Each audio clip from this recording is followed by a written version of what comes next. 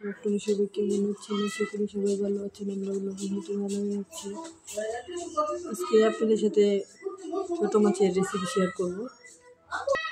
এখানে আছে ছোট মাছ, এখানে আছে পেঁয়াজ, রসুন, এখানে কিছু ধনিয়া পাতা নিয়ে নিছি।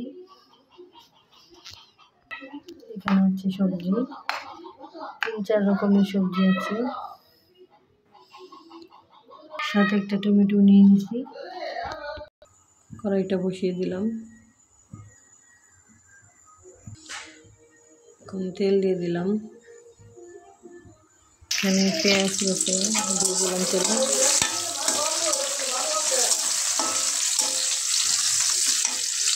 পেঁয়াজ রসুন ভাজা হয়ে গেছে, এখন পানি দিয়ে দিলাম। এখানে পরিমাণ মতো মশলা নিয়েছি, এখানে মরিচ, হলুদ, ধনিয়া সহ লবণ নিলাম। মশলাটা ভালো করে কষিয়ে নিচ্ছি। মশলাটা কষানো হয়ে গেছে, এখন তরকারি দেবো। তরকারি এখন দিয়ে দিলাম সিদ্ধ করার জন্য।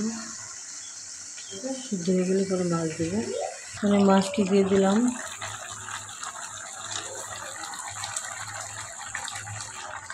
ধনিয়া পাতাটি দিয়ে দিলাম।